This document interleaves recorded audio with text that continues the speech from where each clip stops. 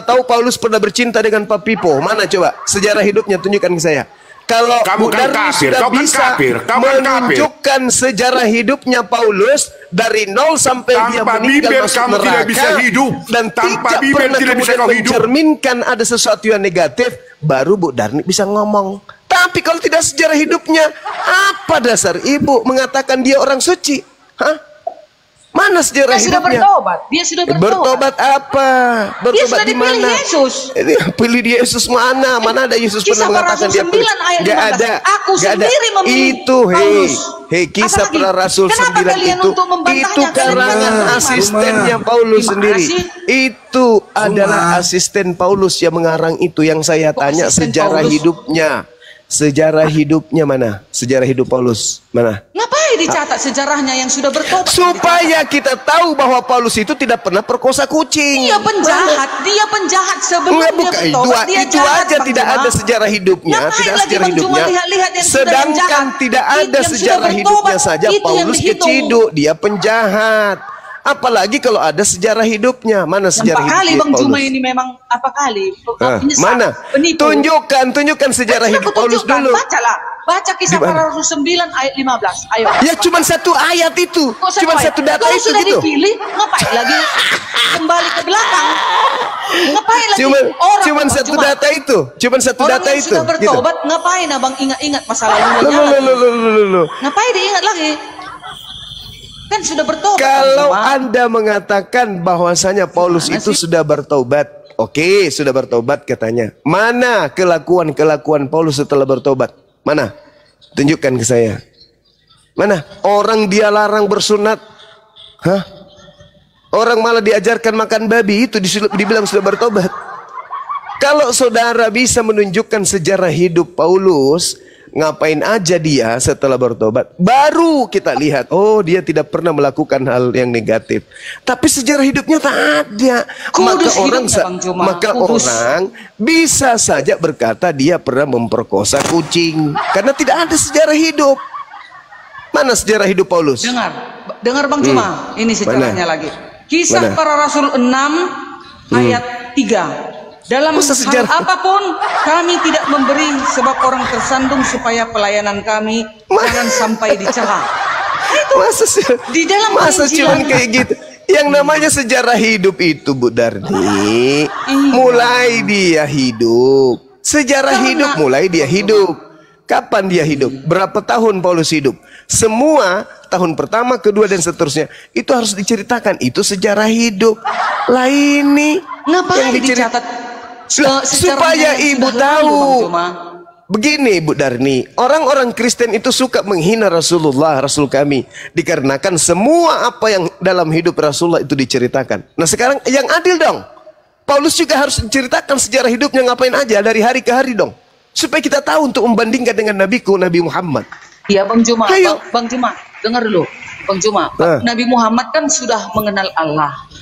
Kalau Paulus sebelum mengenal Yesus, siapa bilang, hei Bu Darni jangan jadi iblis yang nyata di sini. Paulus itu mengaku ahli Taurat, Paulus itu ahli kitab, berarti dia jauh lebih mengenal Tuhan daripada Tuhan itu sendiri. Itu loh, Paulus itu ahli kitab, ahli Taurat, orang Farisi. Ibu ngerti orang Farisi? Orang Farisi itu orang yang paling mendalami tentang kitab Tanakh. Faktanya apa? Dia mengajarkan sesuatu yang melanggar hukum Taurat. Bahkan hukum Taurat dianggapnya sampah, skubalon, tinja, kotoran. Paham enggak? Itu yang Anda katakan sebagai rasul. Di mana Nabi Muhammad mengatakan bahwa hukum Taurat itu tinja? Di mana? Tapi Paulus mengatakan hukum Taurat itu tinja. Anda sudah bisa ngukur di situ. Paulus ini wakilnya siapa? Firman Tuhan dibilang tinja. Paulus ini siapa? Bang Juma, tahu Bang Juma apa ciri-ciri orang Farisi yang dimaksud Yesus? Ini dia. Tahu, menyeberangi lautan, menjelajahi daratan. Paulus lah itu. Dengarkan, makanya aku yang mempunyai Alkitab, biar gua cari Bang Juma. Matius 23 nomor 15. Bukan. Matius 6 ayat 5. Memamerkan kebaikan. Itulah orang Farisi. Memamerkan Paulus lah itu. Gak pernah dipamerkan kebaikan. Paulus mengatakan dalam hal ketaatanku kepada Taurat aku tidak bercacat katanya. Ayo, dulu Bang Juma. Supaya ku kasih tahu ciri-ciri orang Farisi. Ini dia. Memamerkan Paulus kebaikan. memamerkan dirinya. Suka berdoa di tempat umum. Dia tidak pernah kemudian Paulus ini mentaati hukum Taurat setelah dia mengaku bertemu dengan makhluk bernama Yesus. Itu ciri-ciri orang Farisi. Baru nomor 3, menganggap diri sendiri lebih baik. 1 Timotius 1:20. Mereka paling saleh dari orang lain. Di antaranya Hymenaeus dan Alexander yang telah kuserahkan kepada iblis. Kenapa Paulus menyerahkan orang kepada iblis? Kenapa? Maksudnya diserahkan kepada iblis, dibiarkan dia karena sudah dinasehati tidak mau. Dibiarkan, diserahkanlah dia kepada iblis sampai dia bertobat. Itu 1 Korintus 5 nomor 5, orang itu harus kita serahkan dalam nama Tuhan Yesus kepada iblis sehingga binasa tubuhnya agar rohnya diselamatkan pada hari Tuhan. Kenapa orang diserahkan kepada iblis, Saudara ini? Kenapa? Percuma orang diserahkan menghina Rasul Paulus. Percuma, Pak. Saya tidak menghina, Saudara. Saya bertanya, mana kisah hidupnya? Mana kisah hidupnya? Mana tahu? Saya tidak menuduh, tetapi mana tahu? Karena tidak ada sejarah hidupnya. Mana tahu dia tukang sodomi ayam? Begini, Bang Juma. Mana sejarah hidupnya? Yang menyodomi binatang, Nabi Adam, Bang Juma, ada di hadis sahih lagi. Mana, coba tunjukkan ke saya. Bang Juma? Tunjukkan ke saya, bacakan hadisnya. Aslinya, Bang Juma ini coba tunjukkan ke saya. Tunjukkan, silakan. Silakan. Itu Bang Juma yang boleh hadis kawin terpuji. Bang Juma, tunjukkan ke saya, tunjukkan ke saya. Mana? Coba. Apa katanya? Apa katanya di sana? Apa katanya? Di sini dikatakan ya. Kitab hukum Hudud dan Syafiat telah meriwayatkan dari Hasim. Inilah Kristen. Dari Abu Rujain, dari Ibnu Abbas, bahwa ia pernah berkata, barang siapa menggauli binatang maka tidak ada hukuman atasnya. Itu dia. Ya udah, jadi ibu mau menggauli binatang? Ini bukan Alkitab kami nih. Lah, itu dalil. Dengar Bu. Yang menggauli binatang itu orang gila. Mana ada orang menggauli binatang? Orang gila itu yang menggauli binatang. Nah, orang gila itu ada hukum? Enggak ada. Jangankan menggauli binatang, menggauli anak kandungnya saja kalau orang gila nggak ada hukumnya. Makanya Bang Juma, Paulus nggak ada seperti ini disuruh. Tidak ada Mana sejarah hidupnya? Mana sejarah hidupnya? Mana sejarah hidupnya? Tunjukkan. Jangan Anda mengatakan, mana ada Paulus? Mana sejarah hidupnya? Kita pelajari hari per hari hidup Paulus itu ngapain aja. Turunlah aku, dimati-matikan punawa ini di malas. Sejarah hidupnya Paulus ngapain aja? Udahlah kalianlah melawan Bang Juma. Mute aku ini, malas sekali aku. Yang jelas Paulus itu melakukan kesucian di dalam penampilannya. Ya. Kesucian. Kalau begitu kenapa dia bertobat? Kenapa dia bertobat? Ketika dia kembali ke Yerusalem, kenapa Paulus bertobat? Sudah dipilih Yesus dia, dipilih. Kenapa dia bertobat? Dipilih Yesus dia. Loh kok tidak, Bu Darni? Di dalam Kisah Para Rasul 21 setelah mengajarkan agama Kristen kembali ke Yerusalem, kenapa dia bertobat di sana? Kenapa? Dia sudah dipilih Yesus menjadi itu penyampaian penginjilan kepada seluruh bangsa. Itu pengakuan siapa? Saya tanya sama Bu Darni, pengakuan siapa dia di Paulus itu bukan. Pengakuan siapa Paulus dipilih oleh Yesus? Tulisan Paulus di dalam Kisah Paulus sendiri yang mengaku.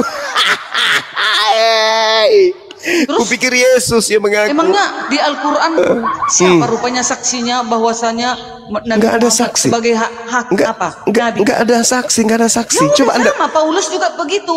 Banyak yang menyaksikan. Bagaimana bukan masalah saksi. Tunggu Bang Juma. Paulus ada saksinya, Ananias, para jemaat beribu-ribu jemaat membantu dia untuk keluar dari sana. Bu Darni, Yesus memilih orang pada saat dia di bumi. Nggak pernah dia memilih pada saat dia sudah naik ke langit. Yang datang memilih Paulus itu bukan Yesus, tapi iblis. Yesus Tuhan. Suka hati. Yesus Tuhan dari mana? Yesus Tuhan dari mana? 2 Yohanes 1 nomor 7. Siapakah penyesat itu? Siapakah penyesat itu? Siapakah penyesat itu? Bukankah dia yang pergi ke seluruh dunia yang tidak mengaku Yesus itu datang sebagai manusia? Anda mengatakan dia Tuhan. Tuhan dari mana? Paulus mengaku dia datang sebagai manusia juga. Siapa? Paulus juga mengaku Yesus datang sebagai manusia. Di mana Paulus mengaku? Galatia 1 nomor 11 12. Paulus mengaku Yesus bukan manusia. Ayo. Yesus mana Tuhan. Yesus Tuhan dan juga datang sebagai manusia. Itulah penyesatnya. Yang tidak mengaku Yesus datang sebagai manusia. Itu penyesat. Orang-orang yang tidak beriman kepada Injil. Nah itu. 2 Yohanes 1 nomor 7. Makanya Allah berkata, berimanlah engkau kepada 2 Injil. Yohanes 1 nomor 7. Iya. Siapakah penyesat itu? Bukankah dia yang pergi ke seluruh dunia yang tidak mengaku Yesus datang sebagai manusia? Paulus mengaku Yesus datang kepadanya bukan sebagai manusia. Itulah penyesatnya. Galatia 1 nomor 11 nomor 12. Aku menerima Injil bukan dari manusia. Bukan manusia yang mengajarkan aku Injil, tetapi dari Yesus. Berarti Paulus tidak mengaku Yesus datang sebagai manusia. Dialah antikristus itu. 2 Yohanes 1 nomor 7. Siapakah penyesat itu? Bukankah dia yang pergi ke seluruh dunia yang tidak mengaku Yesus datang sebagai manusia? Hei Paulus, ya paman, Yesus datang kepadamu sebagai manusia atau bukan? Bukan. Makanya pengikut Paulus itu diusir sama Yesus yang asli. Karena apa? Udah. Coba tanya Paulus. Paulus, ya paman, yang datang kepadamu itu Yesus kan? Ya, dia manusia atau bukan? Apa kata Paulus? Apa kata Paulus? Hei Paulus, yang mengajarkan kamu Injil 13 buku itu manusia atau bukan? Apa kata Paulus? Petrus. Apa kata Paulus? Bukan paman. Namanya siapa? Yesus. Oh, berarti Yesus datang kepadamu bukan sebagai manusia. Iya. Kata siapa? Kata Paulus. Berarti antikristusnya siapa? Ini ayatnya, Bang Juma. Paulus. Dengar ayatnya. Kisah para Rasul 9 ayat 22. Akan tetapi Saulus semakin besar pengaruhnya dan ia membingungkan orang-orang Yahudi yang tinggal di Damsyik. Karena ia membuktikan bahwa Yesus adalah Mesias. Kan sebagai manusia yang diurapi juga Yesus dianggap Paulus. Mana sih? Dia akui, Bu. Dia akui. Dia manusia. Galatia 1 dengar. Galatia 1 nomor 11 nomor 12. Aku menerima Injil bukan dari manusia dan menerima Injil bukan dari manusia, bukan manusia mengajarkan aku, tetapi dari Yesus Mesias. Justru itu lengkap. Yesus mengatakan bahwasanya dia manusia. Paulus mengatakan Yesus ini bukan manusia. 2 Yohanes 1 nomor 7. Siapakah penyesat itu? Bukankah dia yang pergi ke seluruh dunia yang tidak mengaku bahwa Yesus datang sebagai manusia? Paulus, ya paman, yang datang kepadamu siapa? Yesus. Manusia atau bukan? Bukan. Cuma sewaktu Paulus melihat Yesus dalam cahaya itu, dia sudah mengimani. Di mana Yesus datang Tuhan sebagai cahaya lagi? Di mana lagi? Kisah para Justru yang datang, Ibu, yang datang sebagai cahaya. Saudara, yang datang sebagai Bang Juma. Lukas 10:18 yang datang sebagai cahaya itu sebagai cahaya. Sama seperti Musa, Bang Juma, melihat Allah itu pingsan kan Musa.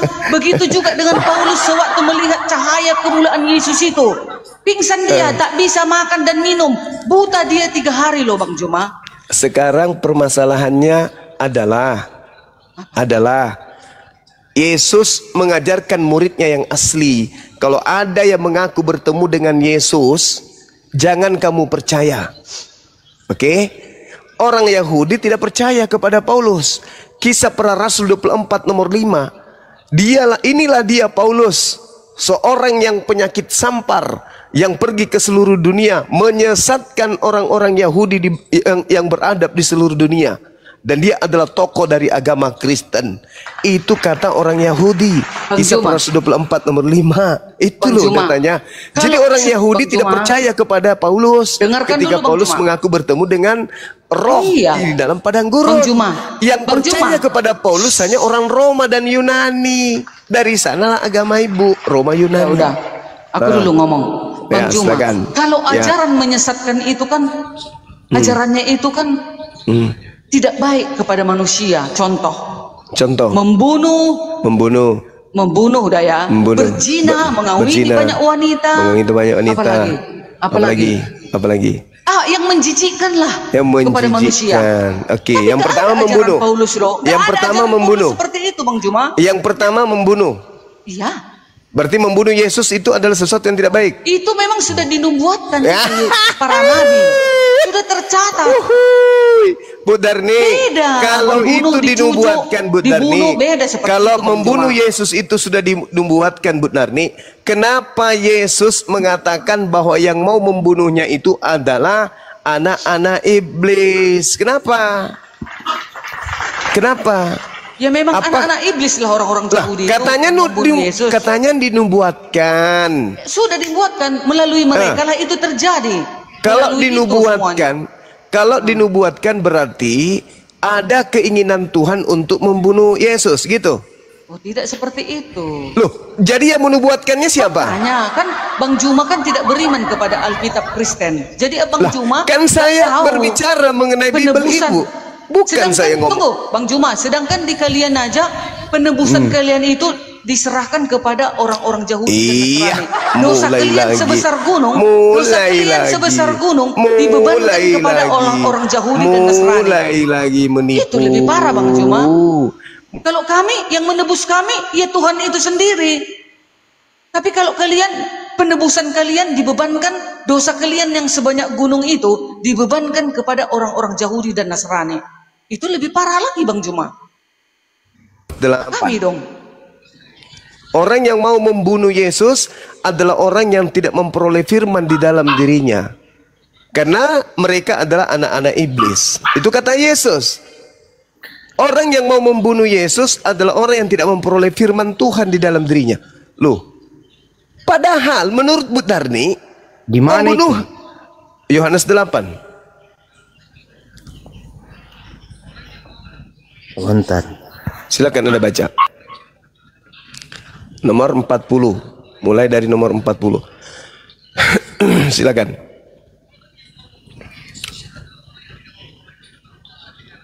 Silakan. Tetapi yang kamu kerjakan adalah ia berusaha membunuh aku. Aku seorang yang mengatakan kebenaran kepadamu, yaitu kebenaran yang kudengar dari Tuhan. Pekerjaan demikian tidak dikerjakan oleh Abraham. Kamu mengerjakan pekerjaan bapakmu sendiri. Bapakmu ini siapa? Iblis. Orang-orang yang mau membunuh Yesus adalah orang-orang yang mau melakukan pekerjaan iblis. Kalau Ibu Darni mengatakan bahwa pembunuhan terhadap Yesus sudah dinubuatkan, berarti itu sama dengan Bu Darni menuduh bahwa Elohim itu adalah iblis. Jangan karang ayat ini sendirilah. Itu di Bible tertulis. Lain lah tertulis. Gimana kamu? Coba kamu baca. Coba kamu baca Yohanes 8 nomor 40. Coba kau baca. Tetapi yang kamu kerjakan ialah berusaha membunuh aku. Aku seorang yang mengatakan kebenaran kepadamu, yaitu kebenaran yang kudengar dari Allah. Pekerjaan yang demikian tidak dikerjakan oleh Abraham. Kamu mengerjakan pekerjaan bapakmu sendiri. Apa itu? Berusaha membunuh aku. Berarti iblis menginginkan pembunuhan terhadap Yesus. Di mana ada tertulis berusaha membunuh aku? Yohanes 8 nomor 40. Kalau Anda tidak lengkap data itu, silakan Anda mundur. Data nomor 37. Aku tahu bahwa kamu adalah keturunan Abraham, tetapi kamu berusaha untuk membunuh aku. Karena kenapa kau berusaha membunuh aku? Karena tidak ada firmanku di dalam dirimu. By the way, saya ini barusan masuk. Jadi apa nih topiknya apa sih sebenarnya? Topiknya apa sih sebenarnya? Topiknya yang datang kepada Kristen itu bernama Yesus itu bukan Yesus, tetapi iblis. Itu topiknya. Saya bisa balik ke kamu. Silakan. Kamu percaya? Silakan. Itu yang datang di Muhammad sana yang di Gua Hira itu. Apa kamu yakin itu Jibril? Yakin. Bukan iblis? Bukan. Siapa saksinya? Kami semuanya. Kami semua. Yes. Di saat itu di Gua Hira memang ada siapa di situ? Lucu. Oke. Saya kasih analogi. Ada dengar. Ada seorang dengar dulu. Bu Darni juga dengar. Diam dulu sebelum kamu ditendang turun. Diam. Ada seorang hamil. Oke? Untuk membuktikan bahwa wanita ini pernah digauli oleh seorang laki-laki, apa yang bisa kita buktikan? Padahal kita tidak hadir pada saat dia digauli. Apa yang kita bisa buktikan? Kehamilannya. Iya. Nah, sekarang berani tidak kamu bersaksi bahwa wanita ini pernah digauli sampai dia hamil, meskipun kau nggak jadi saksi? Benar nggak? Bagaimana? Ada seorang wanita hamil, kamu bersaksi bahwa wanita ini hamil karena sudah digauli. Berani nggak kau bersaksi kayak gitu? Kalau saya nggak lihat. Meskipun kau tidak lihat wanita itu digauli, tapi karena dia hamil, kamu berani nggak bersaksi bahwa wanita ini sudah pernah digauli oleh seorang laki-laki? Berani nggak? Karena saya udah bunting. Enggak, kalau udah bunting nggak ada suaminya, ya beranilah. Ya berani. Coba kan berani kan? Nah, sekarang Nabi Muhammad, kenapa Ibu Darni berani?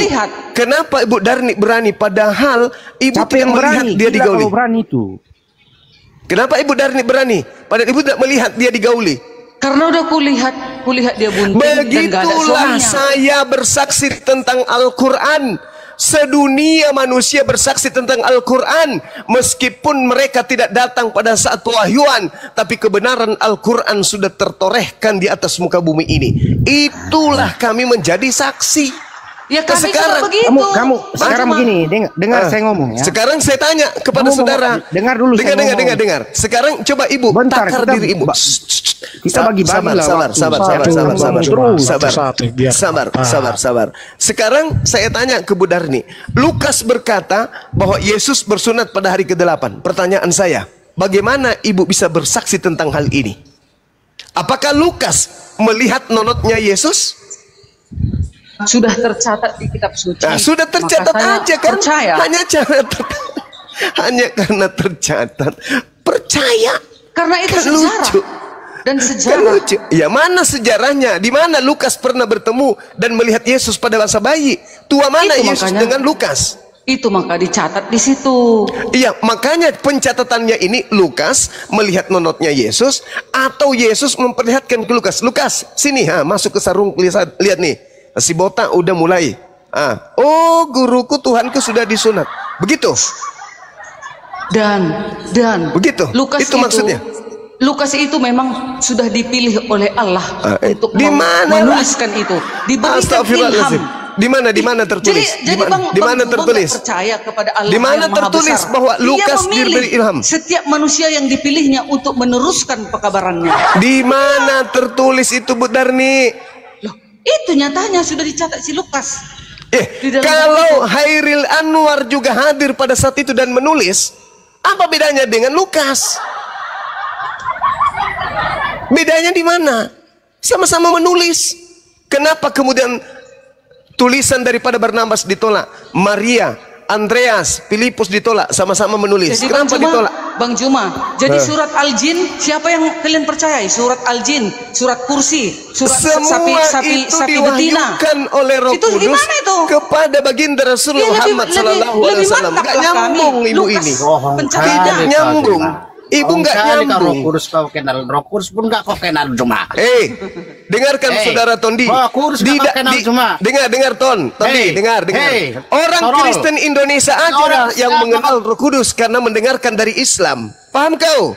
Roh Kudus pun nggak Roh Kudus itu hanya ada di Kristen Indonesia. Di luar negeri tidak ada yang mengenal Roh Kudus. Kenapa Kristen Indonesia mengenal Roh Kudus? Dengar Tondi. Tondi, dengar. Pasang kupingmu baik-baik, Tondi. Kristen di Indonesia inilah yang baru mengenal kata Roh Kudus karena mereka hidup di tengah-tengah mayoritas Islam. Kristen Barat tidak mengenal apa itu Roh Kudus.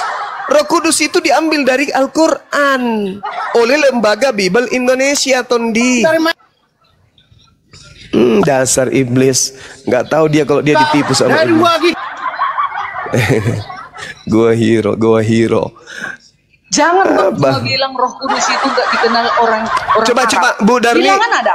Dengar. Coba silakan tunjukkan Roh Kudus. Ini nih. Bilangan 11 ayat 25. Lalu turunlah Tuhan dalam awan dan berbicara kepada Musa.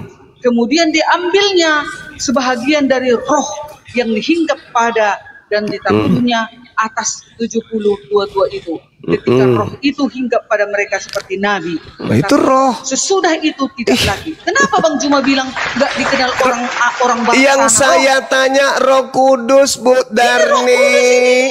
Roh Kudus ini. Tidak ada Roh Kudus di situ, Bu Darni. Dengar lagi. Yang ada hanya kata ruah.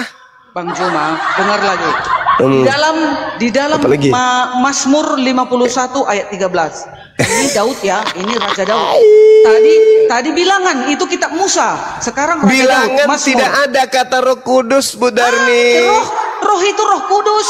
Roh saja yang ada di situ, Bu Darni. Mazmur 51 sedangkan ayat 13. Bahasa Yunaninya roh itu adalah pneuma, Bu Darni. Ya, dengar dulu Bang Juma. Pneuma, tidak ada roh dalam bahasa Yunani, Bu Darni. Jadi kata Roh Kudus itu diambil dan dicuri oleh lembaga Bible dari Al-Quran. Tuh emangnya bahasa Arab itu punya Islam, Bang Juma? Sudah, Bu Darni. Kesimpulannya udah bahwa Kristen Indonesia itu tidak punya Roh Kudus. Bahasa Arab kata itu kan Roh Kudus itu hanya diambil Kristen dari Al-Quran. Bang Juma. Itu kesimpulannya, Bu Darni. Jadi jangan sosokan sebut-sebut Roh Kudus. Yang ada di dalam Bible, Bu Darni, yang ada dalam Bible adalah pneuma hagios. Artinya apa? Hantu murni. Itu artinya. Masa Roh Kudus itu hantu murni? Tidak ada Roh Kudus dalam original teks. Yang ada pneuma hagios. Itu bahasa Yunani. Rohnya arti Allah Indonesia itu kudus atau enggak, Bang Juma? Bukan itu yang sedang kita bahas, bukan itu. Bahasa Yunaninya adalah pneuma hagios, bukan Roh Kudus. Pneuma hagios itu artinya hantu murni, hantu murni. Diam dulu Bang Juma. Yesaya 63 ayat 11. Di manakah dia yang menaruh Roh Kudusnya dalam hati mereka? Yesaya ini, Nabi Yesaya ini. Apa? Di mana? Di mana? Yesaya 63 ayat 11. Oke, kita baca ya. Baca. Lalu teringatlah mereka kepada zaman dahulu, zaman Musa, di mana dia memberikan naik dari laut bersama-sama dengan menggembalakan kambing dombanya. Di manakah dia yang menaruh Roh Kudusnya? Coba. Oke. Ada. Nah, sekarang di situ dikatakan apa? Roh Kudus. Ruah Kodes. Ruah Kodes. Ruah Kodes kan? Ruah Kodes. Roh Kudus itu kan sama itu Bang Juma. Roh Kudus sama. Itu Roh Allah. Roh Allah. Roh Kudus. Di situ dengarkan Bu Darni. Kalau Anda membawa Yesaya 63 nomor 11. Yesaya ini Nabi loh, Nabi Allah terdahulu. Iya, saya tahu. Di situ dikatakan ruah Kodes, bukan Roh Kudus. Ruah Kodes. Nah, lagi pula Ruah Kodes di dalam Yahudi itu bukan Tuhan. Oke? Lalu teringatlah mereka kepada zaman dahulu kala, zaman Musa hambanya itu. Di manakah dia yang membawa mereka naik dari laut bersama-sama dengan penggembala kambing dombanya? Di manakah dia yang menaruh Roh Kudusnya dalam hati mereka? Roh Kudus di sini bukan Tuhan. La haula wala quwata illa billah. Ini lagi dalil. Apalagi? Dalil ya. Lagi kemana? Kemana lagi? Tunggu ya sebentar. Ya. Dalam kejadian, di kejadian pun sudah ada loh. Di kejadian 1 ayat 2.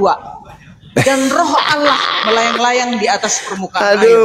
Kejadian 6 ayat 3. Berfirmanlah Tuhan, Rohku, kata Tuhan, Rohku tidak akan selama-lamanya tinggal di dalam manusia. Bu Darni, karena manusia itu adalah daging. Tetapi Bu Darni, kalau Anda membawa kejadian, Bu Darni, coba Anda baca di Mazmur 104 nomor 4, Bu Darni.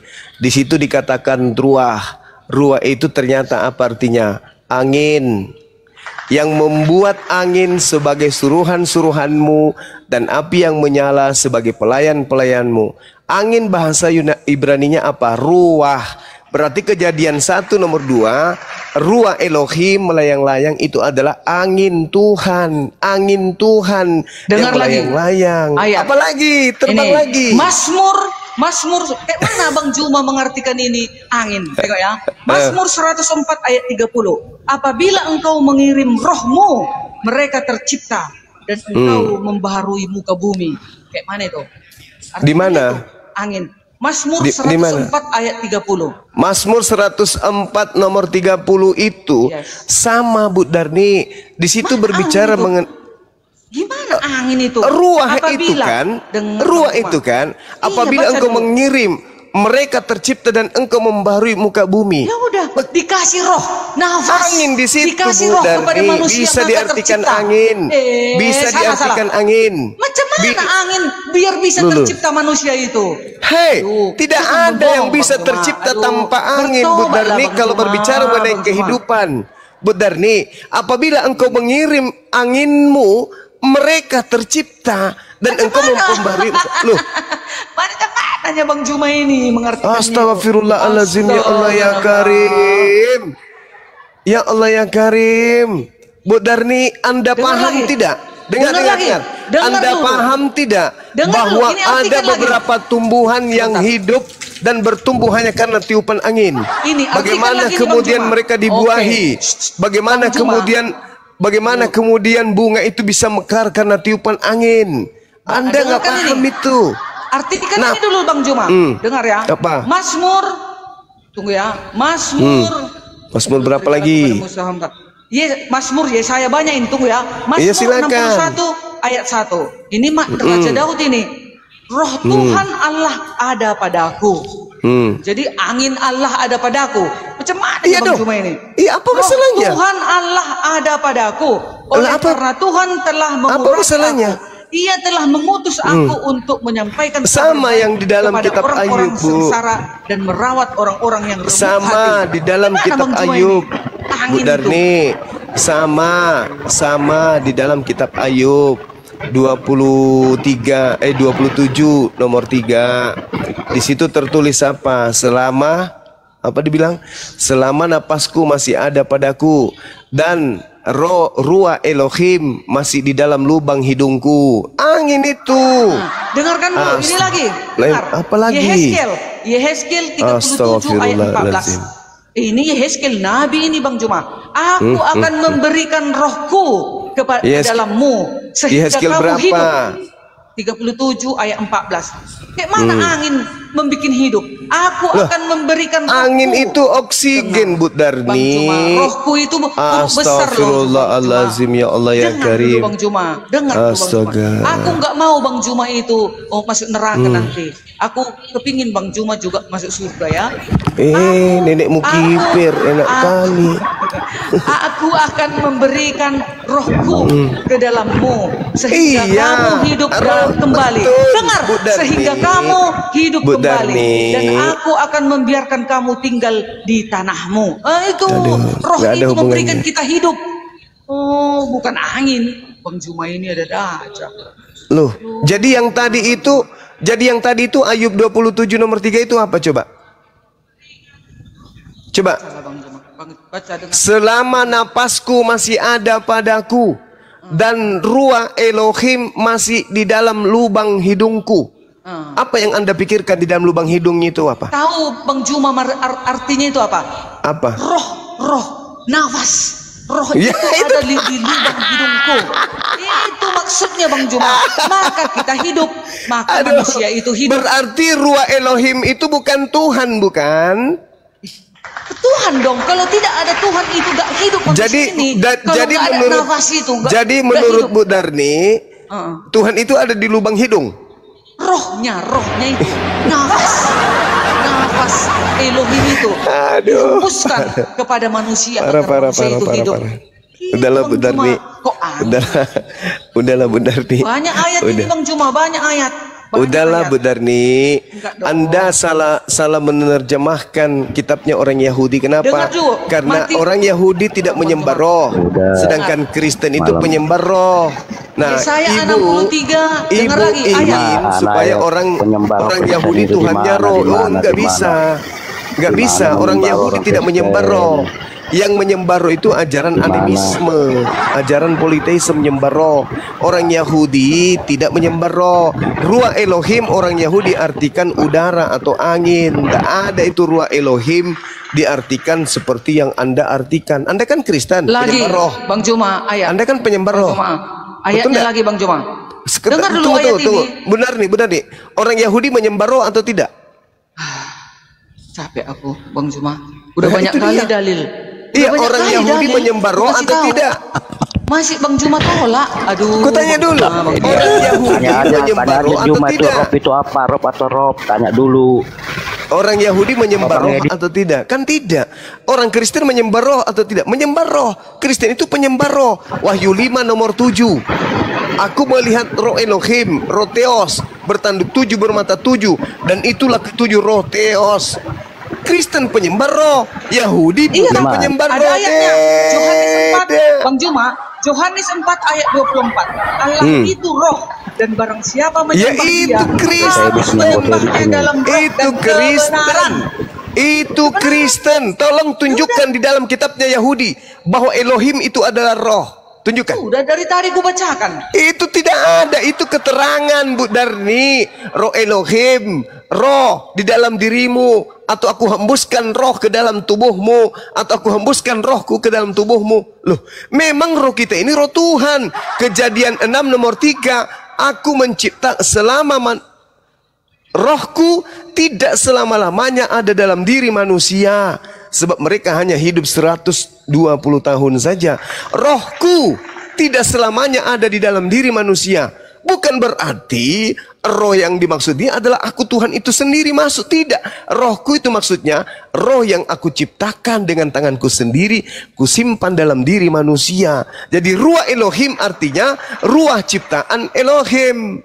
Melach Elohim artinya malaikat ciptaan Elohim. Eretz Elohim artinya bumi ciptaan Elohim.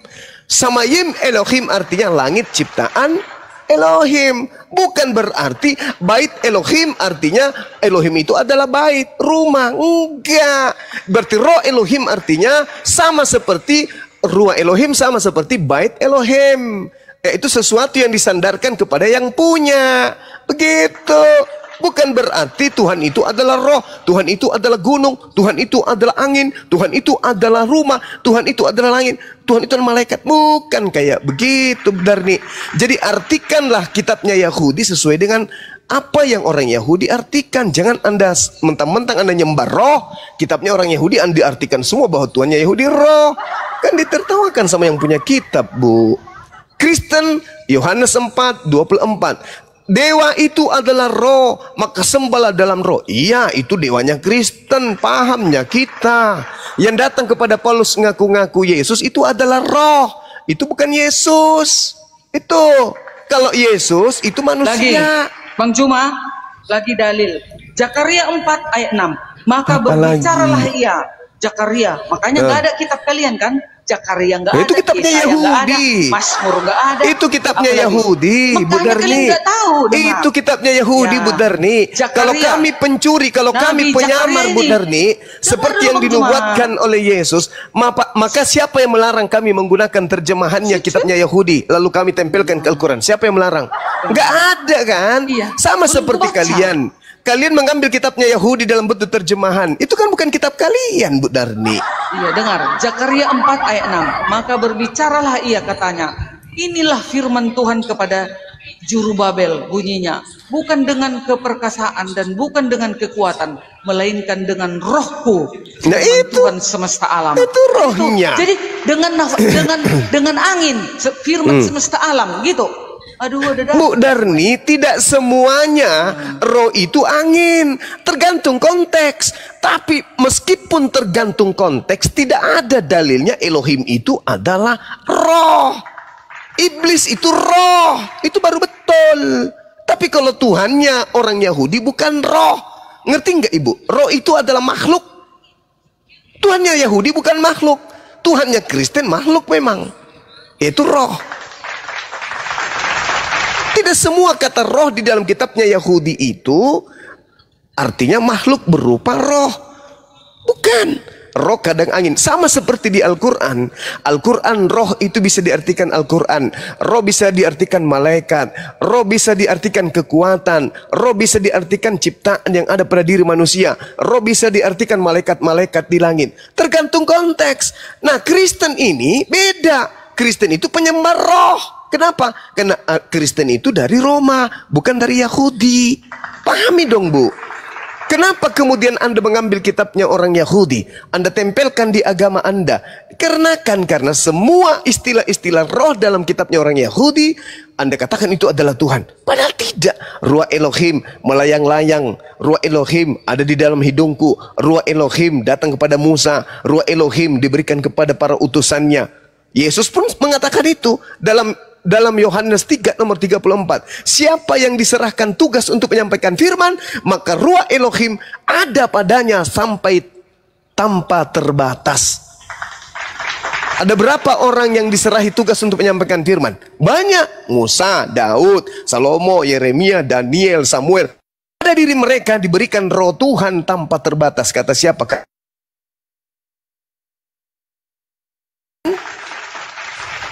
Jadi Kristen berbeda. Kristen ini sekte di luar Yahudi, penyembah roh. Yahudi tidak menyembah roh. Beda. Jangan Anda gunakan Yahudi untuk menjual Tuhan Anda yang adalah roh, makhluk halus. Jangan, Bu Darni. Beda itu. Coba tanya kepada orang Yahudi. Saudaraku Yahudi, ya paman, apakah Elohim itu adalah roh? Ketawa mereka. Loh, roh itu kan makhluk halus. Gimana pula kau katakan Tuhanku yang mengutus Abraham, Ishak dan Yakub, kau katakan roh? Roh itu hantu, roh itu setan. Bagaimana mungkin Tuhan saya roh? Tuhanku pencipta roh. Kejadian 6 nomor 3, Zakaria 12 nomor 1. Akulah yang menciptakan roh dalam tubuh manusia. Bang Juma, gitu, Bu Darni. Dalil lagi. Bilangan 16 ayat 22. Tetapi sujudlah mereka berdua dan berkata, ya Allah, Allah dari roh segala makhluk. Satu orang saja berdosa. Masakah engkau murka terhadap segenap perkumpulan ini? Bilangan ini kitab Musa, Bang Juma. Iya, betul. Coba Allah. Anda teliti lagi. Ya. Coba Anda teliti lagi bacanya. Makanya Allah lagi. Kami itu Allah yang hidup. Yang hidup kekal. Astagfirullahaladzim, ya Allah ya Karim. Benar nih. Tuhan makanya Anda nanti kami itu orang roh. Kristen, Bang Juma, nanti makanya kami orang Kristen, setelah kami nanti dibawa ke surga, maka kami akan melihat Tuhan kami itu. Itulah Yesus. Nanti mimpi. wujudnya itu Yesus. Mimpi. Tidak ada pengikut Paulus yang akan ke surga. Nggak ada dalilnya. Siapa bilang? Ada. Mana dalilnya? Roma 8 ayat 1. Di dalam Yesus tidak ada penghukuman atasnya. Nah itu. Kata siapa? Roma. Kata siapa itu? Surat Paulus.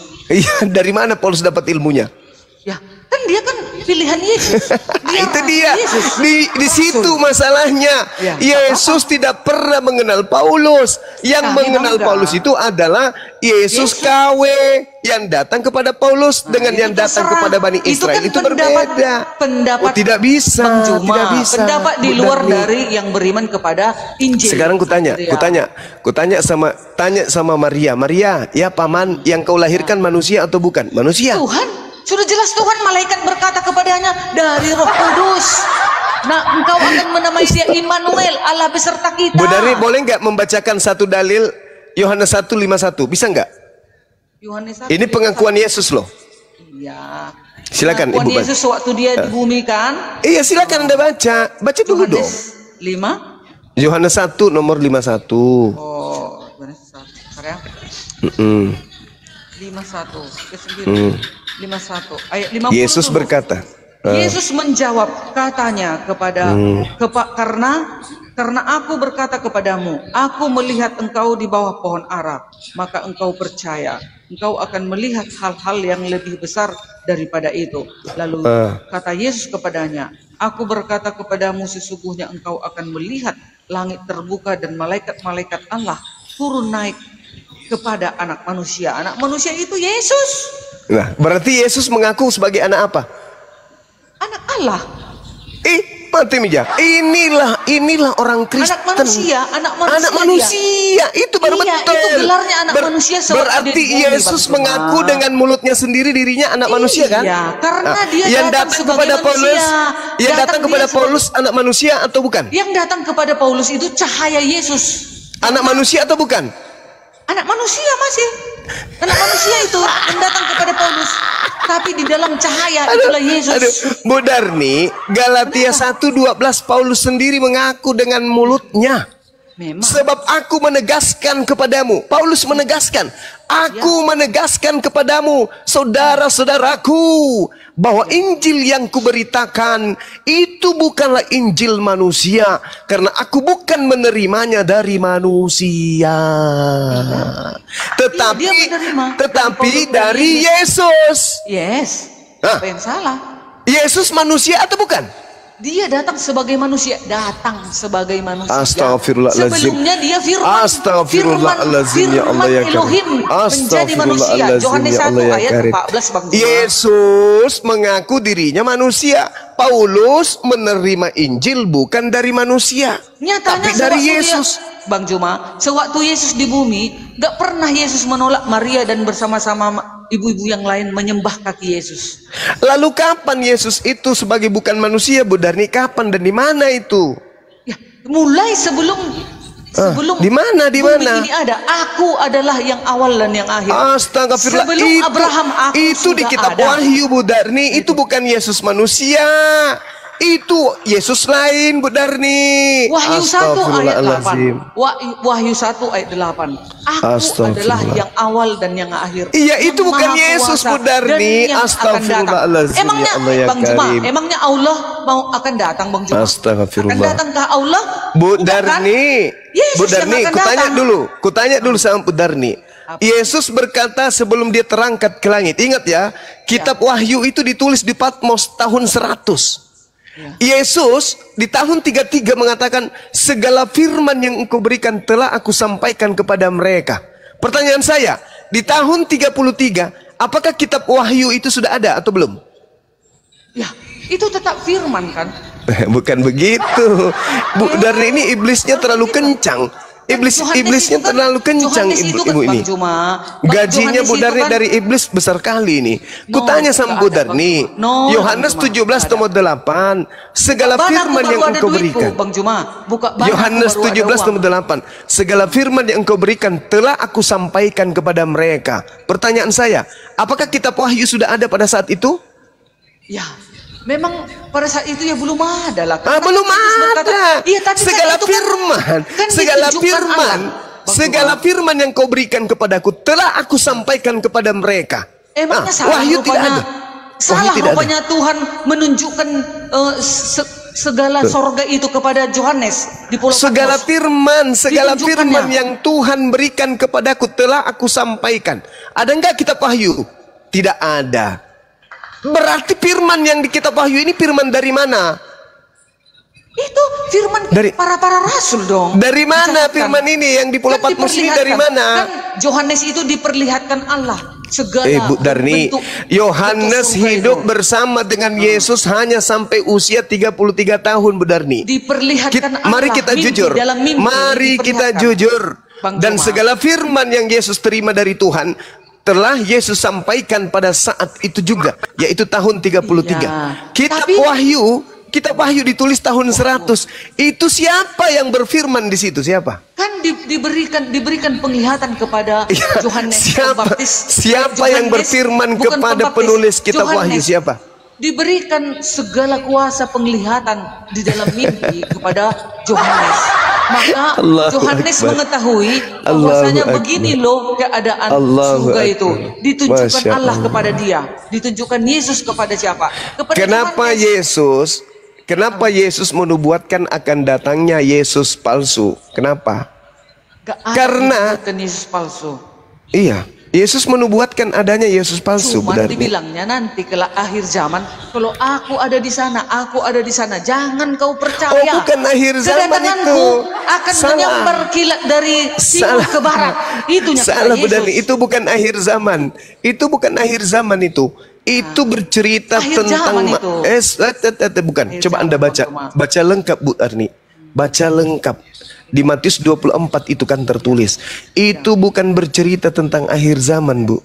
Itu bercerita tentang di mana Yesus berkata sama dengan yang ada dalam Lukas 21. Waspadalah kepada penyesat yang datang kepadamu dengan memakai nama Yesus dan berkata, akulah Yesus, waktunya sudah dekat, jangan kamu percaya. Ini ucapan Yesus kepada muridnya Bani Israel. Berarti penyesatnya itu datangnya kepada Bani Israel. Di dalam Matius 24, waspadalah supaya jangan ada orang yang menyesatkan kamu. Sebab banyak orang akan datang dengan memakai namaku dan berkata, akulah Mesias. Dan mereka akan menyesatkan banyak orang. Ini ucapan Yesus kepada Bani Israel. Pertanyaannya, apakah ada orang yang datang kepada orang pada angkatan Yesus mengaku Yesus, padahal Yesus sudah tak ada di bumi? Dan apakah Yesus yang datang kepada orang tersebut menyesatkan banyak orang? Orang yang banyak disesatkan itu apa nama kelompoknya? Yang membawa-bawa nama Yesus. Memang kalau ada orang melihat Yesus dan dia menyampaikan pekabaran-pekabaran di luar dari hukum-hukumnya, itu penyesat. Nah, itulah yang terjadi kepada Paulus. Enggak ada di perintah-perintahnya Paulus. Paulus itu tetap di dalam pengajarannya. Astagfirullahaladzim. Hukum Taurat penuntun bagi kamu sampai Yesus datang, kata Paulus. Ya Allah ya Karim. Aduh, gimana? Enggak ada Paulus penyesat. Ibu mengerti enggak kata penyesat itu? Yang namanya penyesat, lihai, licik, cerdik, mengolah sesuatu data. Nah, sekarang Yesus berkata, waspadalah kepada penyesat yang datang kepadamu dengan memakai namaku. Berarti penyesat itu mengaku Yesus dan berkata, akulah dia. Penyesat itu berkata, akulah Yesus. Waktunya sudah dekat, jangan kau percaya. Nah, kemudian tidak lama kemudian muncul oknum yang mengaku Yesus, padahal Yesus sudah terangkat ke langit.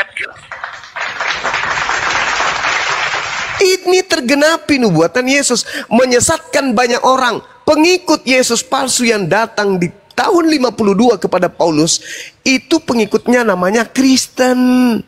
Juma, ayat Astagfirullahaladzim, ya Allah ya Karim. Dengar Bang Juma, ayat itu untuk akhir zaman. Kita baca tidak ada 27. Akhir zaman. Dengar dulu Bang Juma. Silakan. Kita dengar, baca dulu 27-nya. Sebab sama seperti kilat memancar dari sebelah timur dan melontarkan cahayanya sampai ke barat. Demikian pula lah kelak kedatangan anak manusia, kedatangan Yesus. Nah, kalau ada mengatakan, aku ada di padang gurun, aku ada di sana, tapi kalau belum ada tanda ini memancar dari timur sampai jangan kau percaya. Jangan percaya. Ya itu dia. Maka ketika Paulus mengaku bertemu dengan Yesus di padang gurun, Bang Juma, bukan Paulus. Hei, Bang Juma ini bukan. Ini enggak kitabmu Bang Juma. Jadi sewaktu Paulus melihat Yesus itu Yesus memilih Paulus agar dia bertobat dan menjadi penginjil, untuk menjadi penyampai kabar baik kepada seluruh bangsa. Ya Allah ya Karim. Astagfirullahaladzim. Di sini Yesus berkata apa? Jadi apabila kamu melihat pembinasa keji berdiri di tempat kudus, menurut firman yang disampaikan oleh Nabi Daniel. Ini. Jadi apabila kamu melihat pembinasa keji berdiri di tempat kudus, menurut firman yang disampaikan oleh Nabi Daniel, maka para pembaca hendaklah memperhatikannya. Maka orang-orang yang di Yudea harus melarikan diri ke pegunungan. Yudea masih ada nggak sampai sekarang, Darni? Ada nggak Yudea? Adalah Yudea. Di mana Yudea itu, Darni? Di Bani Israel sana lah. Di wilayah di Israel sana. Iya, di mana itu Yudea? Di mana? Di wilayah Bani Israel sana Bang Juma. Nah, ini tahu Bang Juma, tunggu. Tahu Bang Juma arti ayat ini Bang Juma? Tahu Bang Juma arti ayat ini? Ini panjang kali nanti untuk menceritakannya. Saya paham kali. Larilah, saya ngerti. tinggalkanlah perkotaan. Yang ngerti kali. Larilah ke kota-kota. Maksudnya itulah yang kuceritakan pernah sama Bang Juma. Nanti kelak kita ini akan dipaksa untuk memasukkan chip. Nah, kalau kita di kota ini, nanti kita dimasukkan ke tubuh kita ini. Dari rumahnya. Iya, dengar dan dulu. orang yang sedang dengar sabar, saya bacakan, saya bantu baca. Celakalah ibu-ibu yang sedang hamil atau yang menyusui bayi pada masa itu. Berdoa supaya waktu kamu melarikan diri itu jangan jatuh pada musim dingin dan jangan pada hari Sabat. Sebab pada masa itu akan terjadi siksaan yang dahsyat seperti yang belum pernah terjadi sejak awal dunia sampai sekarang dan tidak akan terjadi lagi. Dan sekiranya waktu itu tidak disingkat, maka dari segala yang hidup tidak akan ada yang selamat. Akan tetapi oleh karena orang-orang pilihan waktu itu akan dipersingkat. Pada waktu itu, jika ada orang berkata kepada kamu, lihat Mesias ada di sini, ada Mesias ada di sana, jangan kau percaya. Ini kejadian terjadi di Yudea. Oke? Terjadi di Yudea tapi ini. Tapi itu nanti untuk akhir zaman itu Bang Juma. Astagfirullahaladzim. Ini bukan akhir zaman. Orang tunggu dulu Bang Juma. Nanti ini udah ya pernah Allah, kami seminarkan ini Bang Juma. Nanti katanya larilah ke Yudea, larilah ke perbukitan. Di sana engkau bercocok tanam kan katanya Bang Juma. Nanti kelak kita ini umat manusia ini sekuat tenaga pun kita untuk beribadah, membaca Alkitab, membaca firman Tuhan. Kalau kita tidak tahu, tidak ada Roh Kudus kepada kita. Dan sekarang kita tidak tahu pemandangan, penglihatan seperti itu. Tunggu dulu Bang Juma, dengarkan dulu aku. Nanti kita Bang Juma suatu waktu kita akan dipaksakan untuk menerima tanda itu. Siapa yang nggak menerima itu maka dikatakan larilah, tinggalkan perkotaan. Jadi kita disuruh untuk berada di perbukitan. Di sanalah kita bercocok tanam. Kalau kita ditinggal di kota ini, wajib kita memakai itu. Jadi sekuat tenaga apapun kau Bang Juma belajar Al-Quran, belajar ngapain Ibu lari? Itu terjadi di Yudea. Ibu di Indonesia. Astagfirullahaladzim, ya Allah ya Karim. Bang Juma nanti menerima tanda. Itu di Yudea, bukan di Indonesia. Kenapa di mute aku Bang Ali? Astagfirullah, ya Allah ya Karim. Tapi itulah yang aku pelajari Bang Juma. Itu di Yudea Bu Darni, bukan di Indonesia. Nanti kelak juga itu juga nubuatan Bang Juma. Nubuatan Yesus Bang Juma. Nanti kau percaya Bang Juma. Nanti kau ingatlah aku Bang Juma. Waktu nanti Bang Juma mengingat aku nanti. Betul ya kata Bu Darni. Nanti nggak ada. Dipaksakan. Ini bukan tanah Yudea Bu Darni. Sekarang saya tanya sama Bu Darni. Sekarang saya tanya sama Bu Darni. Apakah terjadi huru-hara ketika murid Yesus pada saat bersama dengan Paulus? Kutanya dulu. Ya terjadi di mana-mana ada. Terjadi kan? Gimana sih Bang Juma ini? Bahkan dikatakan dalam Kisah Para Rasul 22 nomor 4, dan aku telah menganiaya pengikut-pengikut jalan Tuhan sampai mereka mati, laki-laki dan perempuan ku tangkap dan kuserahkan ke dalam penjara. Inilah yang Yesus nubuatkan. Jangan akhir zaman. Paulus itu pembawa huru-hara di tengah-tengah murid Yesus. Astagfirullah. Astagfirullahaladzim. Ya Allah ya Karim. Ampunilah Bang Juma telah mengatakan Rasul Paulus. Bu Darni coba gantian sama Bang Ranto. Bu Darni, Bang Ranto nih. Susah memang kalau iblis sudah bersarang di otak. Inilah yang terjadi. Dalil pun dibantah. Paulus itu melakukan huru-hara, menangkap murid-murid Yesus, membunuh orang-orang yang ada pada zaman itu. Laki-laki dan perempuan kutangkap dan kuserahkan ke dalam penjara. Sebelum bertobat Bang Juma. Justru itu Bu Darni. Astagfirullahaladzim, ya Allah ya Karim. Setelah Paulus itu bertobat, kan sudah dikatakan nih, apabila kamu melihat pembinasa keji berdiri di tempat suci. Siapa pembinasa keji? Paulus. Setelah dia membunuh, dia berdiri di tempat suci dengan mengatakan, aku rasul. Makanya dikatakan di data nomor 23-nya, pada waktu itu, nah coba ditunjuk langsung oleh Yesus. Pada waktu itu jika ada orang berkata kepadamu, lihat Yesus ada di sini atau Yesus ada di sana, jangan kau percaya. Sebab Yesus palsu dan nabi-nabi palsu akan muncul, dan mereka akan mengadakan tanda-tanda yang dahsyat dan mukjizat-mukjizat sehingga sekiranya mungkin mereka menyesatkan orang-orang pilihan juga. Camkanlah, aku telah mengatakannya terlebih dahulu kepadamu. Jadi apabila ada orang berkata kepadamu, lihat, ada Yesus di padang gurun, Paulus, jangan kau pergi ke situ. Atau lihat, ada Yesus dalam bilik, Paulus, jangan kau percaya. Paulus itu mengatakan bahwa dia ada di aule. Apa? Paulusnya ada di dalam aule. Oke? Paulusnya mengatakan itu di dalam bilik penjara. Paulus mengaku bertemu dengan Yesus dalam bilik penjara. Ketika dia ke Damsyik di padang gurun, dia mengaku bertemu dengan Yesus. Apa kata Yesus kemudian? Sebab, nah ini dia mengklarifikasi semua pengakuan-pengakuan orang yang bertemu dengan aku. Apabila ada orang berkata begini, bertemu dengan Yesus di sana, di sini, jangan kau percaya. Sebab, Yesus mengatakan apa? Sebab, sama seperti kilat, memancar dari sebelah timur dan melontarkan cahayanya sampai ke barat. Itulah kedatangan Yesus, baru percaya. Demikian pula kedatangan, jangan kau percaya. Gitu. Kedatangannya Bu Darni, kutanya dulu sama Bu Darni. Kutanya dulu. Sekali lagi saya ingin bertanya kepada Bu Darni. Sekali saya bertanya. Menurut Yesus kedatangannya ditandai dengan cahaya yang berlontar dari timur sampai ke barat. Betul? Bukan kedatangan Paulus, kedatangan Yesus yang kedatangan Yesus. Yesus seluruh berkata, manusia melihat. Yesus berkata, semua manusia melihat. Nah, apakah semua manusia melihat ketika Paulus mengaku bertemu dengan Yesus? Ayo, jujurlah. Walaupun ibu itu punya sertifikat sebagai perpanjangan tangan iblis. Jujur, Bu Darni, jujur. Dengarkan saya, Bu Darni. Jawab pertanyaan saya. Menurut Yesus, kedatangannya yang kedua nanti seperti kilat memancar dari sebelah timur dan melontarkan cahayanya sampai ke barat. Betul? Yes, betul. Nah, berarti kedatangan keduanya sudah terjadi atau belum? Belum terjadi. Lalu yang datang kepada Paulus itu siapa? Secara pribadi dia memilih Paulus. Gimana sih teman-teman muslim ini? Makanya kalian gak beriman kepada Alkitab, jadi kalian mengarang.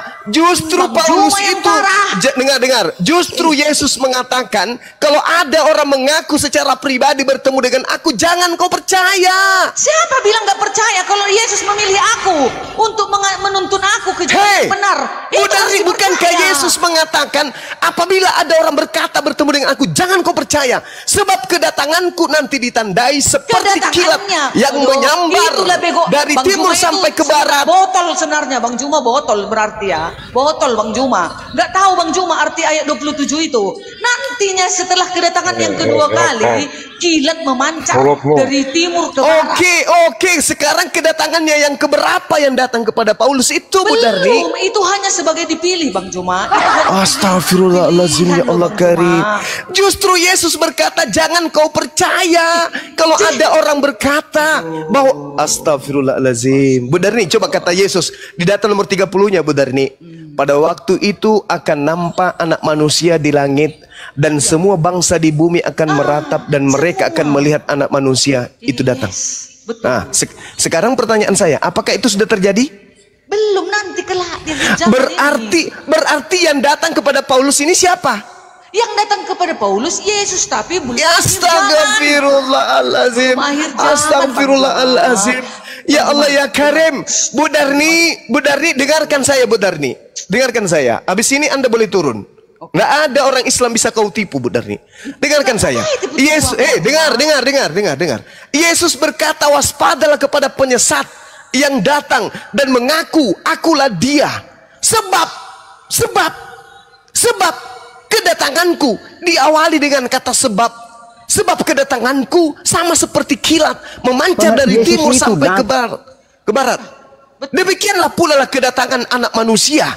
Sedangkan yang datang kepada Paulus itu bukan anak manusia. Belum akhir zaman itu. Botol kalian semua. Botol. Belum kau turun. Itu. Kau wanita jalang turun. Wanita gila, kau yang turun. Kedatangan nanti itu. Udah dibilang kita botol, kau yang botol, laknat. Yesus sudah nyata-nyata mengatakan, jadi apabila ada orang berkata ada Yesus di sini, jangan kau percaya, sebab kedatanganku nanti ditandai seperti kilat yang menyambar dari timur sampai ke barat. Itu baru aku yang datang. Kalau ada orang mengaku bertemu dengan aku, jangan kau percaya. Kedatanganku yang kedua nanti ditandai dengan cahaya terlontar dari timur sampai ke barat, dan seluruh manusia akan meratap. Pada saat aku datang, seluruh manusia akan meratap. Kenapa? Karena pada saat itu adalah tanda-tanda kiamat sudah datang. Manusia akan meratap semuanya. Ini cuman Paulus aja sendiri yang tahu. Aku bertemu dengan Yesus loh. Loh, orang sudah bilang, Yesusnya berkata, apabila ada si penyesat mengaku bertemu dengan aku, jangan kau percaya. Sebab kedatanganku yang kedua, tandanya begini. Seperti cahaya bersinar dari timur sampai ke barat. Itu baru aku. Jadi kalau ada cuman berkata, aku bertemu dengan Yesus di kolong cabe, di pohon cabe, jangan kau percaya. Aku bertemu dengan Yesus di bawah pohon toge, jangan kau percaya. Sebab kedatanganku nanti ditandai. Sudah nyata-nyata ditulis di kitabnya sendiri, masih juga sesat. Habis itu dibilang kita botol. Kamu yang botol, kau nggak ngerti Bibelmu sendiri. Itu namanya bahlul. Kenapa kau tidak ngerti Bibelmu? Karena iblis menguasai dirimu. Iblis tidak ridha. Iblis tidak mau kemudian kau masuk ke dalam surga. Iblis mau kau temani ke dalam neraka. Kitabmu sendiri kau jadi bingung. Yesus berkata, kalau ada orang berkata bertemu dengan aku, jangan kau percaya. Sebab kedatanganku nanti sama seperti cahaya yang memancar dari timur dan melontarkan cahaya sampai ke barat. Demikian pula lah kelak kedatangan anak manusia, aku. Jadi kalau hanya mengaku, aku bertemu dengan Yesus di dalam kardus Indomie loh, jangan kau percaya. Aku bertemu dengan Yesus di toilet umum loh, jangan kau percaya. Aku bertemu Yesus pada saat aku sholat tahajud, jangan kau percaya. Aku bertemu di Yesus pada saat aku umroh, jangan kau percaya. Sebab kedatanganku yang kedua sama seperti kilat memancar dari sebelah timur dan melontarkan cahayanya sampai ke barat. Demikian pula lah kelak kedatanganku nanti. Jadi jangan percaya. Makanya orang Yahudi tidak ada yang Kristen tidak percaya kepada Paulus. Paham? Udah bang, minum dulu. Ah gitu ya. Demi kalian saya rela kehausan supaya kalian waras. Tapi kalau Bu Darni itu nggak bisa waras lagi dia. Udah permanen. Hebatan ya, silakan saudara-saudara, silakan. Hebatan mana Paulus dengan Muhammad? Itu satu-satu. Tunggu, sabar dulu Jos. Ini hebat Paulus lah, karena Paulus bisa melantik setan menjadi Tuhannya manusia seperti kamu. Paham? Udah bang. Iya dong. Iya dong.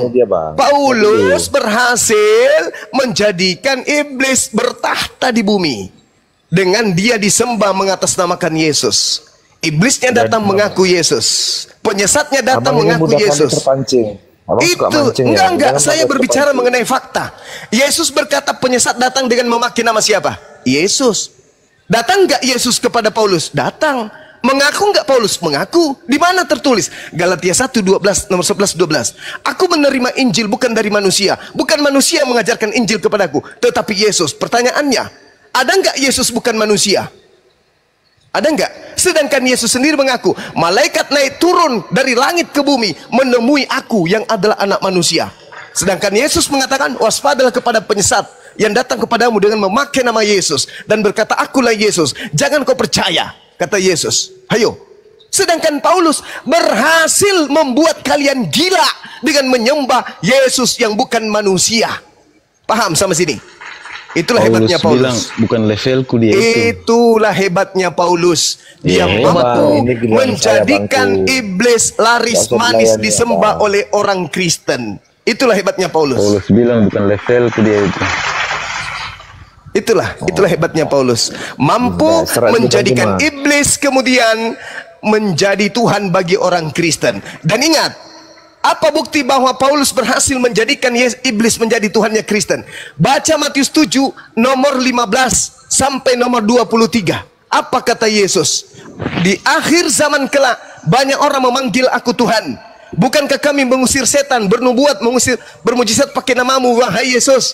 Pada hari itulah aku akan berterus terang kepada mereka, enyahlah daripadaku, wahai Kristen, kalian semua adalah pembuat kejahatan. Kenapa demikian? Karena Kristen enggak. Saya bisa buktikan itu. Atas kehendak siapa kamu menyembah Yesus? Jawab. Jawab. Di situ kuncinya. Itu kuncinya. Saya dulu. Oke, Ya, jelas ya. Jadi kalau Anda mengatakan Paulus itu hebat, saya pun ikut bertepuk tangan. Paulus adalah manusia hebat yang mampu menjadikan iblis menggantikan status Tuhan yang adalah pencipta dan bumi, yang disembah oleh orang Kristen sedunia. Zuma. Yos, Abang Zuma, izin. Mengaku Yesus. Demikian. Oke. Itu kesimpulan. Abang Zuma rehat sebentar ya. Oke. Jadi ini Bang Zuma, saya punya pertanyaan sama Bang Zuma. Kita sistem tanya jawab cepat aja ya Bang ya. Sebagai orang yang meyakini ataupun orang yang bermeluk agama Islam, apakah di dalam agama Islam ataupun Abang Zuma sendiri meyakini bahwasanya seorang Paulus itu adalah utusan atau bukan? Silakan Abang. Paulus itu utusan iblis. Udah jelas aku jawab tadi kan. Utusan iblis yang mengaku Yesus. Udah aku jawab, udah terang. Nggak perlu kau ragukan itu. Bukan. Dia utusan iblis yang mengaku Yesus. Karena gini Abang tuh. Ya, silakan. Jadi yang saya pelajari sedikit gitu ya, sebagai ilmu tambahan di dalam Al-Quran itu ada di surat Yasin ke-14. Itu memang namanya di situ kan dulu. Tetapi masalahnya di situ berada di tempat di Antioquia, Bang. Sementara yang mengajarkan berita kebaikan, berita baik di Antioquia itu hanya Paulus, baru Simon Petrus dan Yohanes. Berita baik. Maksud saya yang ada di dalam surat Yasin 14 itu yang bernama Yohana, Bulus dan Syam itu siapa? Saya ingin tahu itu aja, Bang. Oke, silakan. Itu utusan Allah. Bukan utusan Yesus itu. Siapa bilang itu utusan Yesus? Masalahnya gini, bukan masalah utusan siapanya atau enggaknya. Masalahnya gini, kan Paulus, di situ Paulus kan itu kan utusan Yesus yang saya katakan iblis. Kalau di Al-Quran kan namanya Yohana, Bulus dan Syam. Waduh. Mana Bang Zuma ini? Kacau ini teman-teman. Apa Pak, terusin kenapa? Wah. Nah, itu kan Bang Andi, kalau yang di Al-Quran tadi kan yang diutus di situ adalah Yohana, Bulus dan enggak ada, itu tafsir itu bukan Al-Quran, itu tafsirnya. Enggak loh Bang, itu surat Yasin 14 loh Bang. Coba buka. Ramon, lu diam dulu kan satu-satu lo. Lu punya etika nggak? Orang lagi ngomong lo. Saya buka Bang ya. Ya berapa? Nomor 14 Bang. Apa itu? Ini sebentar saya buka bentar.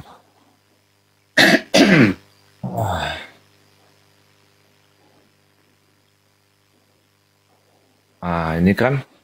Alif silakan dijawab Ustaz. Oh, udah. Surah apa sih? Surah apa? Udah ketemu Ustaz? Surah Yasin ayat 14 itu kan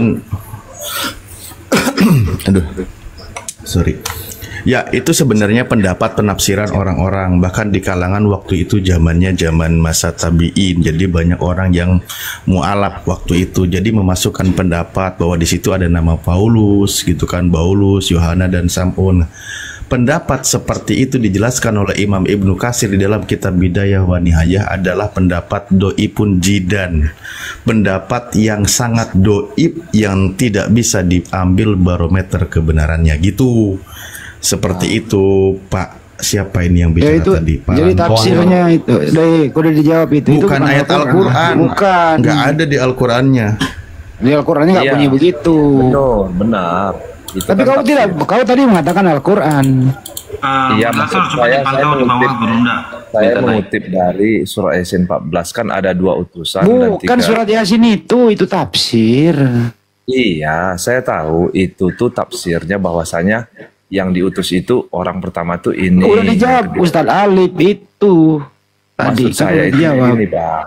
Kan ini ada tafsiran. Kamu udah dijawab, monyet. Kamu masih anjing kau itu. Kau udah dijawab. Kau itu bukannya menanggapi si Paulus botak, malah kau udah dijawab. Maksud apa? Maksud monyet. Ada aja kau sok-sok polos kau. Udah dijawab. Itu bukan Al-Quran yang lu baca. Dasar pemakan babi ya. Udah dijawab, itu bukan Al-Quran.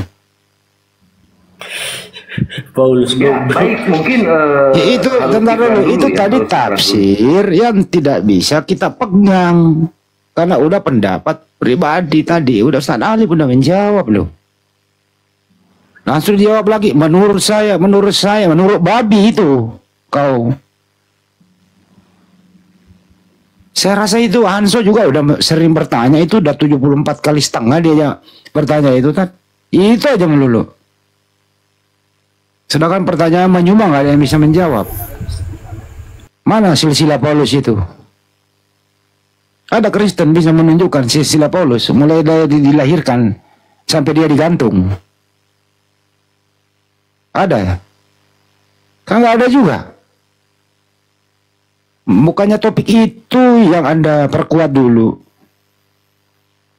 Udah dibilangin yang kau baca dari awal sudah saya jawab, yang kau baca itu bukan Al-Quran. Jadi Ustaz Alif ya, silakan. Orang kayak gini mah langsung gua hajar, bener. Ya, mungkin iklan aja dulu biar tenang, biar suasananya nyaman. Silakan Bang Kaisar. Terima kasih Ustaz. Assalamualaikum warahmatullahi wabarakatuh. Ada suara? Waalaikumsalam warahmatullahi wabarakatuh. Ada suara? Ada. Oke, Bismillahirrahmanirrahim ya teman-teman ya. Saya pantun dulu sebelum bernubuat ya. Jika nasib Tuhanmu sadis, miris dan mati seperti kecoak, ditangkap, ditelanjangi, diracun dan ditombak, bahkan nasibnya tidak lebih terkutuk dari seekor kecoak, hina bau seperti hidup kotor di kandang ternak. Selama ini kalian hanya menyembah Lucifer dan setan, iblis yang datang kepada si gundul bangkotan, mengaku datang dengan cahaya kilauan, diprank Pak Ulus the Gang dan kawan-kawan. Jadi teman-teman, tap-tap layarnya jangan lupa. Setelah bernarasi kalau bisa sampai 1 M ya. Untuk teman-teman viewer di bawah yang sangat baik ataupun pura-pura baik, serta manusia yang beriman, juga manusia yang masih mencari keimanan, saya Kaisar Juntak menyiarkan langsung live forum debat di frekuensi 3,1 FM Sungai Jordan. Ketua Dewan Pimpinan Pewarta Bukit Golgota menghimbau sahabatku semua kencangkan tap-tap layar sahabat di bawah agar akun kita kuat dan anti report. Dan jangan lupa follow akun host narasumber di atas, juga saya sendiri. Sekali lagi saya ingatkan untuk narasumber Tritung, Kristen, Protestan, Katolik, Wanes, penyembah knalpot Mio yang menuhankan pelak Pajero, kalau naik komal diskusi bawa otak dan akal ya, akademis dan duduk manis. Untuk kalian penyembah gagang ketapel yang selama ini percaya buku-buku novel, kenapa kalau ditanya gila dan ngomel-ngomel, jadi begini, jadi begitu, jadinya sompel. 4 penulis menciptakan buku, segala narasinya cerita halu, kontradiksi dan cerita lucu, tidak makan kalau tidak tipu-tipu. Sejak kapan anak Tuhan menjadi Tuhan? Sejak dogma doktrin mentah kau telan. Sejak kapan Tuhan berak, tidur dan makan? Sejak mencuri gandum dan menjala ikan. Bobroknya otak kafir penyembah setan, seperti lumpur basah bercampur air jamban. Hidupmu seperti kerang tawar lepas lautan, bersatu kau punya otak dengan kotoran. Hidup penuh dengan kebohongan, mematikan logika dan pikiran. Satu pertanyaan tapi 777 juta jawaban yang kau lontarkan. Rusak parah seperti pagar kecamatan, tidak jelas, tidak beraturan, lumut dan terkikis dimakan zaman.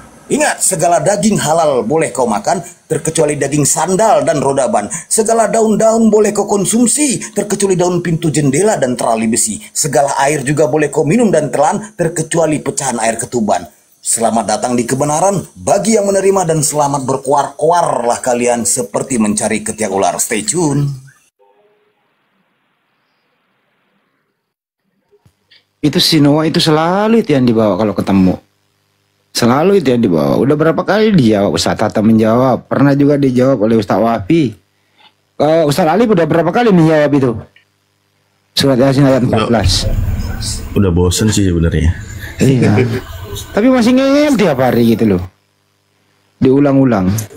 Cuma gini Bang Adi, konsekuensinya kalau mereka mau memaksakan itu adalah untuk Paulus, maka mereka harus percaya bahwa Paulus itu adalah orang yang tidak menuhankan Nabi Isa.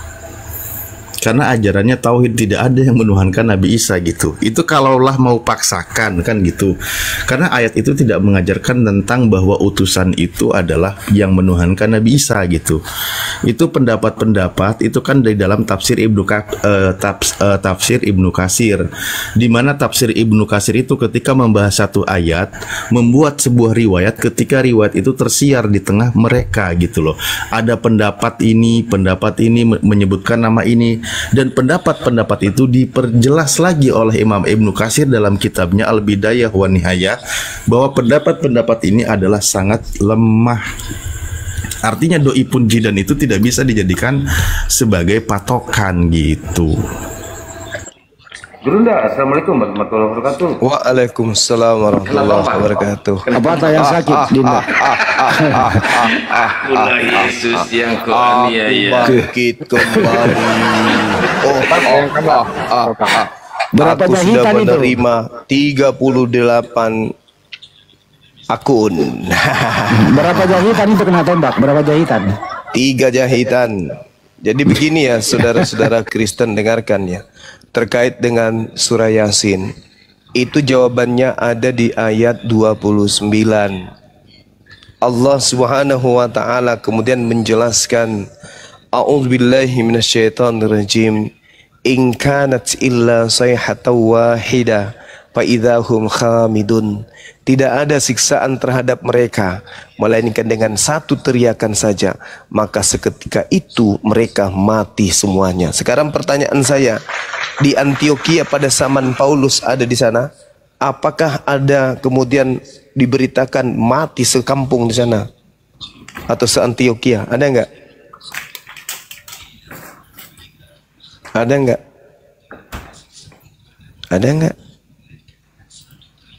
Enggak ada kan? Remon, jawab tuh Remon. Si Buan jawab. Enggak ada. Berarti bukan Paulus yang dimaksud di situ. Itu hanya tafsir. Itu pun dikatakan daif jiddan. Apa itu daif jiddan? Mendekati maudu. Mendekati riwayat palsu. Gitu cara belajarnya. Oke, lanjut. Guru-guru yang ada di sini, silakan, saya cas HP dulu. Gurunda izin ya, saya kecilin Gurunda biar nggak kena. Iya, silakan.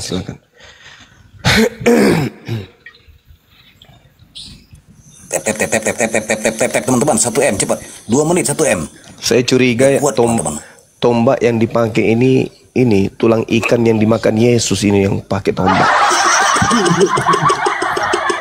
Iya. Ikan pari. Lanjut. Ada nubuatan juga itu. Ada nubuatannya juga itu, Bang Zuma. Iya, silakan. Gimana nubuatannya? Iya benar ya. Ya teman-teman ya, Tuhan kok ditumpuk jadi 3 seperti kue lapis legit yang basah. Kalau kalian juga masih memaksa seperti lawakan si lambe tura. Dari dulu sampai sekarang kalian tidak bisa menundukkan Tuhan. Seperti Metro Mini Kopaja berjalan dari kenaikan sampai keturunan tidak ada kedudukan. Pada bulannya adalah makan ikan goreng dimasak di gongseng. Setelah dimakan kepala oleng, tidak lebih seperti koreng yang beleng-beleng. Stay tune. Kasih nama Rasen atau Rasen boleh. Man rasa tengi lang kok. Masih say desi segak. Mana aja. Ya ring apa je otak nanti lu balik puan nah masih mati 1 ada 2 cadangan parah Tuhan bertumbuh 3 kayak kue lapis. Oh, dimakan 1 tinggal 2 lapis. Masuk lain generasi. Cakuri di otak pun kita. Masih babu aku mete. Host, nggak apa-apa saya diturunin host biar naik itu Oten. Saya turun host. Nggak usah, kita istirahat dulu, iklan aja dulu. Oke baik, jadi teman-teman yang mau nombak-nombak, yang mau menombak Gurunda Zuma, yang mau ngasih anggur asam, bunga karang, ataupun yang 11 murid menjala ikan di jalannya itu akunnya Bang Zuma tidak mempan. Karena apa? Perkenalkan aku legenda Kaisar Nero, pewarta Golgota 3.0, mewartakan berita lantang dan jago, dinobatkan sebagai Jenderal Algojo. Nubuatanku pada malam ini untuk Bang Zuma Mukminin, terang dan jelas bertuah lazim, cerdas dan jenius bertubuh salim, lisannya tajam setajam kapak Ibrahim, perkasa tangguh sejak di dalam rahim, tersohor di langit dan bumi sampai maritim. Stay tune. Keren sekali, Masya Allah. Hai, tapi sekeren-kerennya sahabat kita Kaisar ini, lebih keren tetangga kita. Iya kan? Tuhan mati 1, tinggallah 2. Ya kan? Ada cadangan. Tuhan kita cuma 1, mereka 3. Allahu Akbar, Masya Allah. Keren.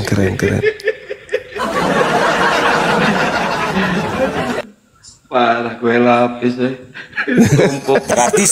Berarti gini ya Bang Zuma ya. Stok tiada batas ya. Stok tiada batas. Ya, stok tiada batas, betul.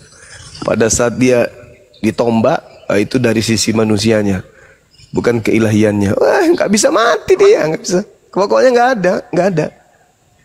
Seibarat Pak Bom Bom mereka tuhankan sama aja pun. Kenapa Pak Bom Bom itu bisa tidur? Oh, itu sisi kemanusiaannya, Paman. Kenapa Pak Bom Bom tidak bisa gerak? Itu karena sisi kemanusiaannya. Sama kan? Sama aja. Sudah begitu berlapis 3 ya? Wah, keren kali lah. Berlapis 3 Bang.